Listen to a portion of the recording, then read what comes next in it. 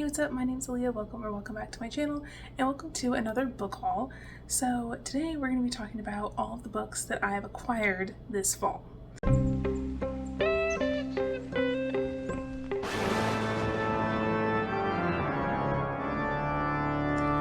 I have a huge stack of books to show you, if you couldn't tell. I have been getting a lot of stuff lately from used bookstores and Pango and all kinds of places.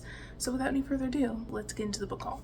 So the first one I wanted to show you is Daughter of the Moon Goddess. So this is a adult high fantasy, and I've heard really good things about this on YouTube.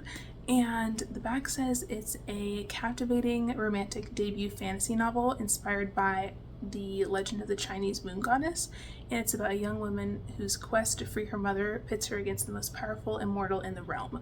So this sounds really cool. It's about immortal gods, and it's inspired by Chinese mythology, and it's got this really cool like map in the front.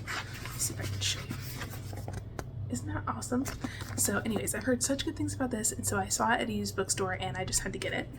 And then I also grabbed Finlay Donovan is Killing It. So I feel like I'm like the only person on booktube who hasn't read this yet, but this is a thriller about this woman named Finlay, and she just went through a really ugly divorce, and so she's really down on her luck. And one day she's in a coffee shop talking to her agent because she's a writer, and she is like pitching this new book idea to her agent, and it's basically like a murder mystery type book. And somebody else in the coffee shop overhears her and thinks that she's a hit woman, and so this other lady offers her a bunch of money to kill her husband. And Finlay is like totally broke, and so she's actually like considering taking this woman up on her offer, and the story kind of goes from there.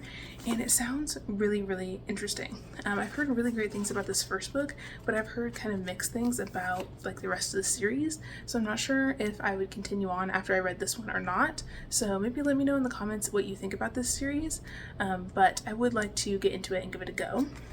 And then I also grabbed a copy of Blood Scion. So this is a fantasy novel. It's young adult, and I have been wanting to read this for a really long time, mostly because the cover is like absolutely stunning.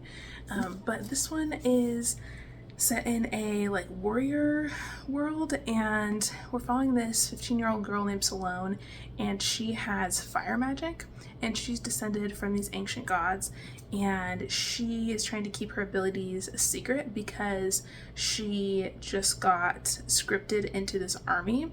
And the person who is like running the army, the like lord in this realm, is a bad dude, and so she doesn't want him to force her to use her powers against like innocent people, and so she's trying to keep her fire magic under wraps and like kind of thwart this government. And it sounds really good. It kind of reminds me of Monsters Born and Made a little bit, and so I'm interested to see what this is all about. If you've read this, let me know, because I haven't heard like anybody on booktube talk about it. And then next up we have Tripping Arcadia. So this is a thriller, and it's a gothic novel about this woman who gets hired to work for this really rich family, and I think she might have to like go and work at their house.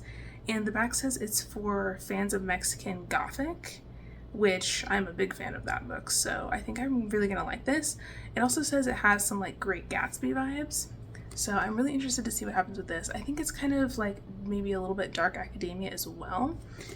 And then next up we have a new release that I just got for my birthday, and I'm really excited about this. It's called The Hurricane Blonde by Haley Sutton, and Haley Sutton also wrote The Lady Upstairs, which I read last year, and it was one of my favorite books of the year, so I'm super stoked about her new book. And this one is set in Hollywood, and it's about this woman whose sister died like many years ago, and they used to call her sister the Hurricane Blonde. And then another murder happens that looks exactly like the way that her sister was murdered, and so she's realizing that like the killer must still be out there, and so she takes it upon herself to try and figure out who this killer is. And I think it kind of goes from there. This author writes really good books about like rich people in Hollywood and all the crazy stuff that they get up to, and it's really cool. And it also has this really cool like end paper going on, and it looks really amazing. And it's also blurbed by Lane Fargo, the author who wrote They Never Learn, on the back. Oh my god. She said, the biting, brilliant Nepo baby noir you didn't know you needed. Like a riveting true crime tour with your smartest, most macabre friend, rendered with such evocative detail that you'll feel California sun on your face and feminist rage in your heart every turn of the page. Isn't that amazing? Oh my god, I'm so excited.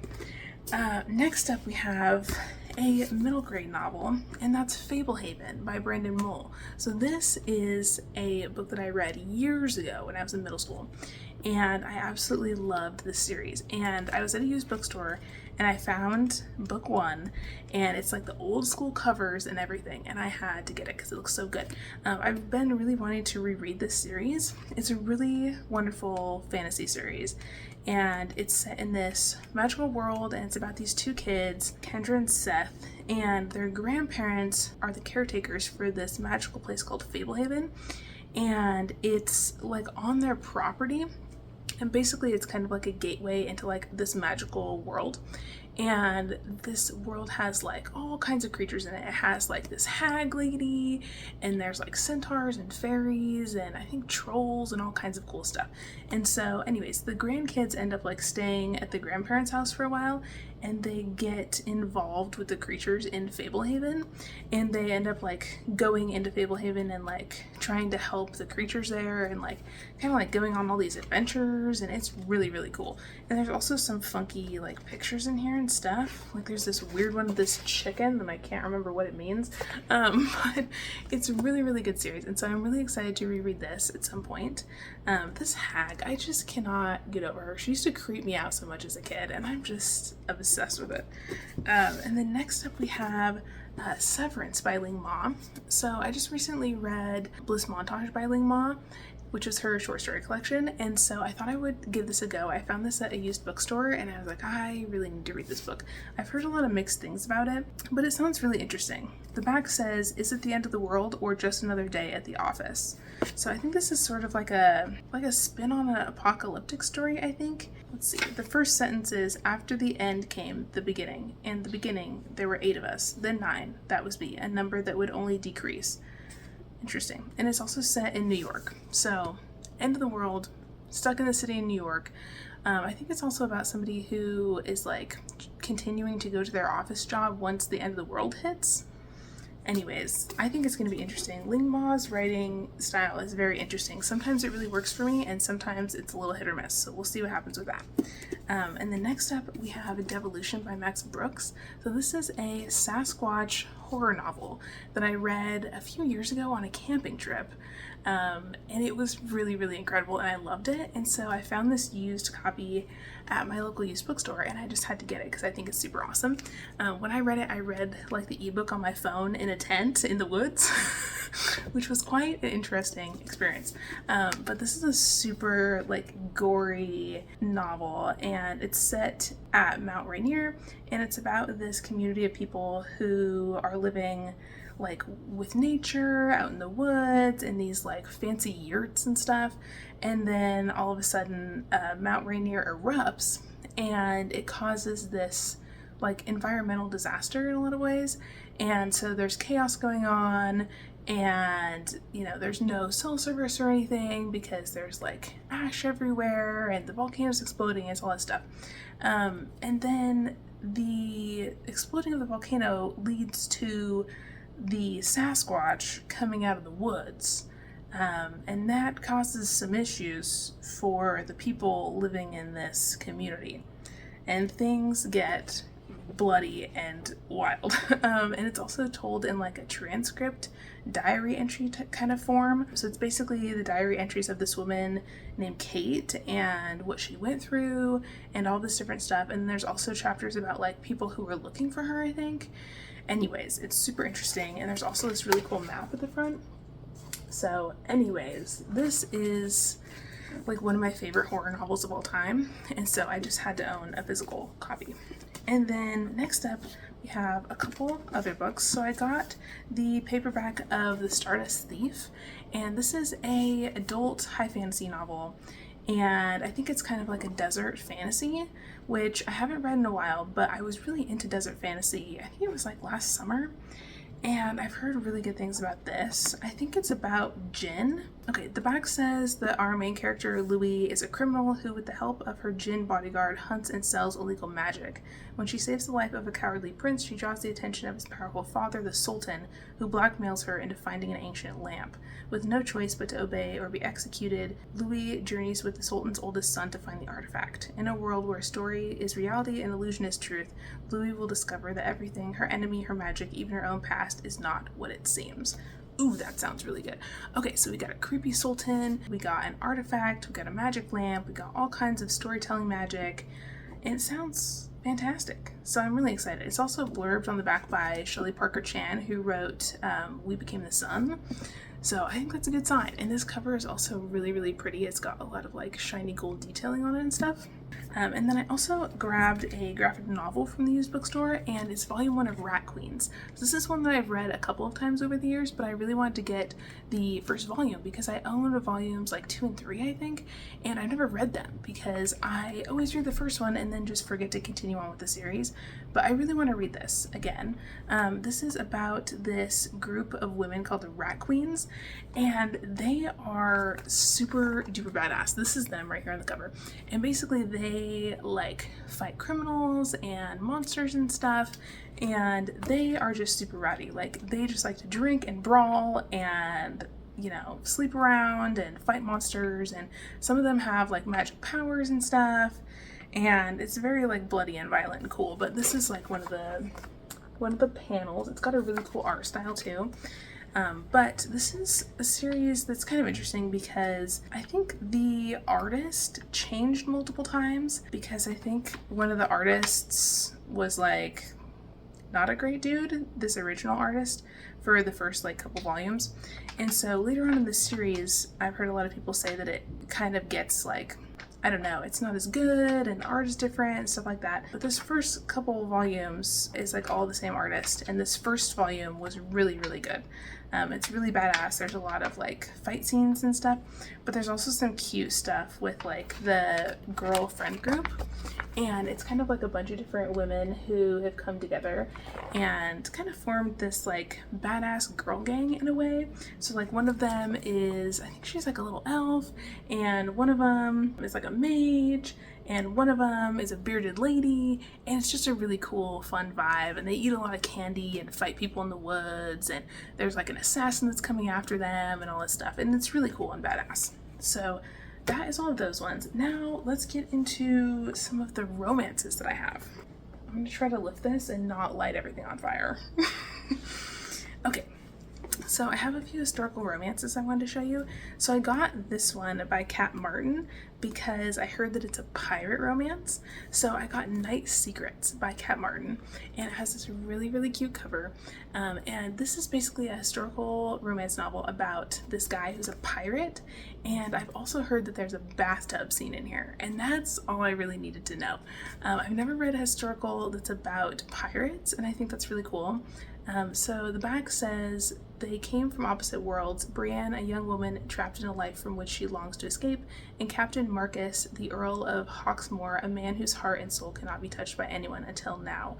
When Brienne stows away on Marcus's ship, their lives are filled with beauty and passion, but when tragedy strikes, Brienne and Marcus are torn from each other, and love between them is buried beneath the agony of betrayal.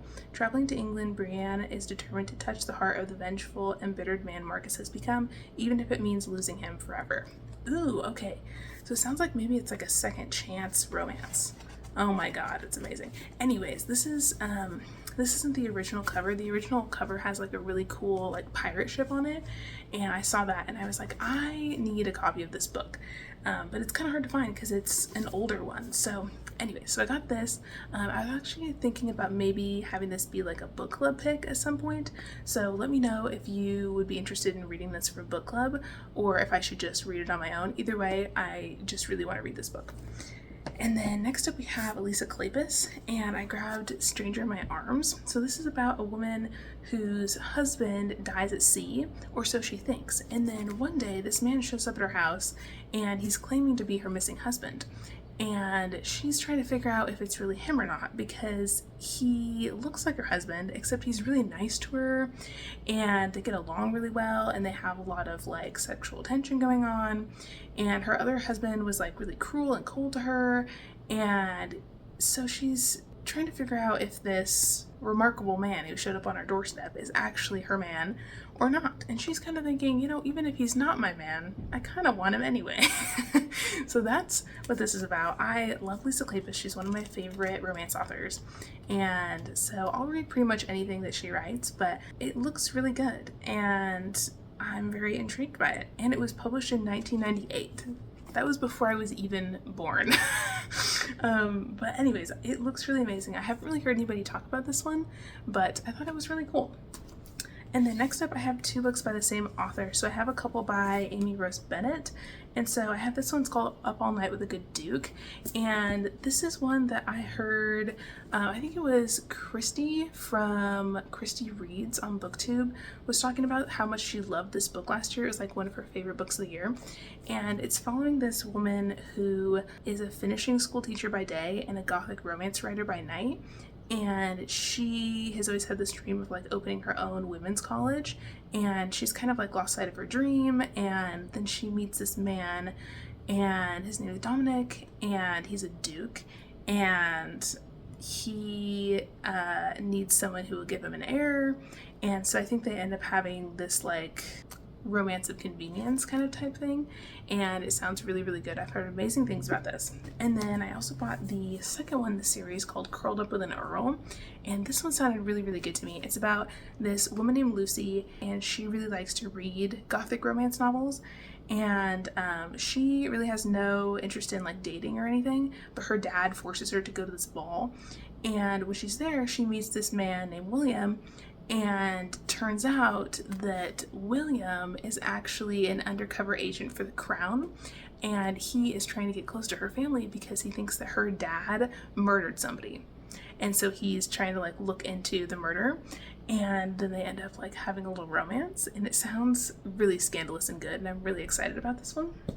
And then next up I have one by Sophie Jordan, and it's called The Duke Goes Down, and this is the first one in a newer historical romance series from her. And Sophie Jordan is one of my favorite romance authors as well. She is amazing.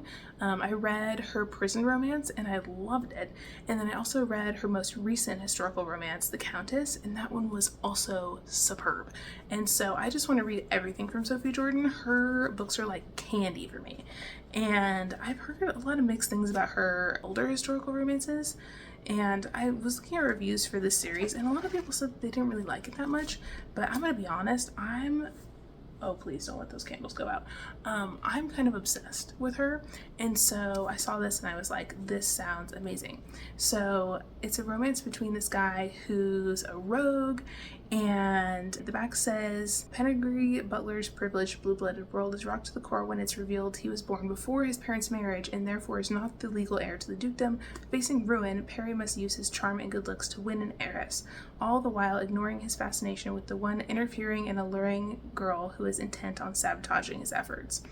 The Lady Vicar. Everyone knows Imogen, the virtuous daughter of the senile Vicar. She can write a sermon in a day and spot a rogue in a second, so she sees right through Perry's seductive facade, but Imogen's plans to protect the heiress of her beloved Sophishire from the erstwhile Duke of Penning, the bane of her existence since childhood, soon turns into something altogether unacceptable for the proper lady, who suddenly finds herself longing to keep his heated glances and tempting kisses all to herself. Okay, so it sounds like it's a little bit of a forbidden romance between a duke and the daughter of a vicar, and he just finds out that he is like a bastard son and he's not an heir anymore, and it just sounds super dramatic, and I love that. So anyways, we love to see it. This is a stunning cover too. And then I also found this one at Goodwill, and it's called Latte Darling. And it's so weird because when I was at Goodwill, I had never heard of this book before in my life. It's an indie romance, and I think it's like an age gap. And so the guy isn't a lot older. And it's so funny because ever since I bought this book, I've been seeing it everywhere on Instagram, and everybody's been saying that they love it. So I'm really glad that I bought a copy. But it's the second book in a series. I'm just going to read you the back. It says, I have a nice life. Living in my hometown, owning the coffee shop I've worked at since I was 16, it's comfortable on paper. But I'm tired of doing everything by myself, tired of being in charge of every decision in my life. I want someone to lean on, someone to spend time with, sit with, hug, and I really don't want to go to my best friend's wedding alone. So I signed up for a dating app and agreed to meet with the first guy that messaged me. And now here I am at the bar. Only it's not my date that just sat down in the chair across from me, but it's his dad. Oh my god. And holy hell, he's the definition of a silver fox. And he has tattoos. And he's giving big bad wolf vibes. Oh my god. Only instead of rushing, I'm blushing. And he looks like he might just want to swallow me whole. Oh my god. Okay. So that's super interesting. So it's about this woman who matches with a guy on a dating app, and instead of the guy showing up for the date, his hot dad shows up for the date. And then they end up having a spicy romance. Oh my god. Okay, that sounds really good.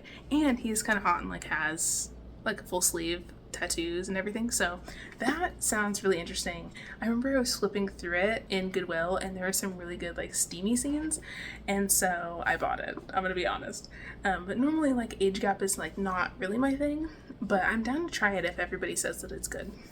And then next up we have something completely different, and I have a middle grade called Land of Broken Promises. So this is the sequel to, I'll put the cover right here. It was one of my favorite books of last year and I just can't remember the title in this moment.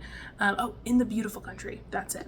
And it's a novel about this young woman who immigrates to America with her family, and it's written in verse, and it was so beautiful. I loved book 1, and so I found out that there was a book 2 that just came out, and so I bought it immediately, and I'm really excited to get to this. It's also written in verse, and the story is basically based off of the author's own experiences in her life, but she's kind of like fictionalized it, which is really cool.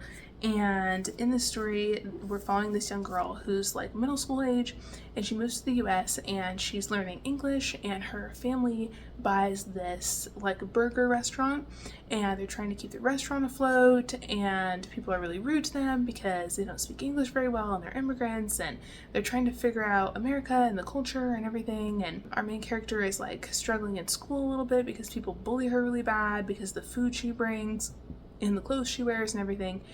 And it's really just about like her trials and tribulations in America and her experience, and it's so beautiful and well written, and the author really like finds ways to like tug on your heartstrings with like very few words, and I just thought it was beautiful.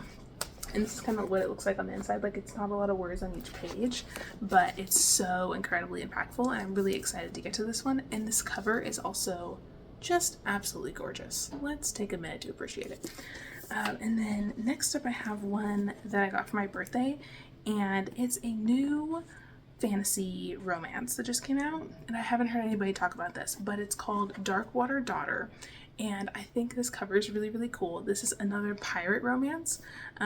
It's just something I'm interested in at the moment, but it's basically about this woman named Mary whose voice can call hurricanes and shatter armadas, and she's like faced with servitude to this pirate lord, and she offers her skills in exchange for protection, and they end up going on an adventure together, it sounds like. And it sounds really, really interesting. I haven't heard of this author before. I've never heard of this series before, but it's the first one in this new fantasy romance series, and I thought it was really, really cool. And it's got these really cute little like pictures on the inside of like the little ship wheels and everything, and I thought it was really fun, and so I thought I would give it a go and just see what I think. It says it's book 1 of the Winter Sea series, so we'll see what I think. If you've read this, let me know what your thoughts were. And then last but certainly not least is Paris the Memoir. I really do like reading memoirs, but I have not picked up any recently, and my friend read this and they said that they really loved this book, and so I thought I would give it a go. This is Paris Hilton's memoir, and I also heard Carly from UnCarly talk about this a few months ago, and she really loved this book. And basically it's just Paris talking about her experience growing up as a celebrity and all the stuff she had to go through with the paparazzi. And she talks a lot about how when she was a kid, men were like really gross and creepy to her because she was pretty, and so like one of her teachers tried to like come to her house and like do stuff to her, and she also had a lot of issues because everybody kind of labeled her as like a troubled kid, and so her parents would send her off to these like boarding schools that were really horrible, and it was just a really bad time, and she would always like escape from the boarding schools and stuff, and I just really want to read about that. It sounds really interesting. She also had like an incident with a sex tape that came out, and anyways, it sounds like there was a lot of drama and a lot of crazy shit that happened, but I just want to read it because I've heard this is a really well written, insightful memoir. So we'll see what I think. I will let you know. But those are all the books I wanted to tell you about today. If you made it to the end of this video, leave me a pumpkin emoji in the comments. And thank you so much for watching, and I will see you in another video very soon. Bye!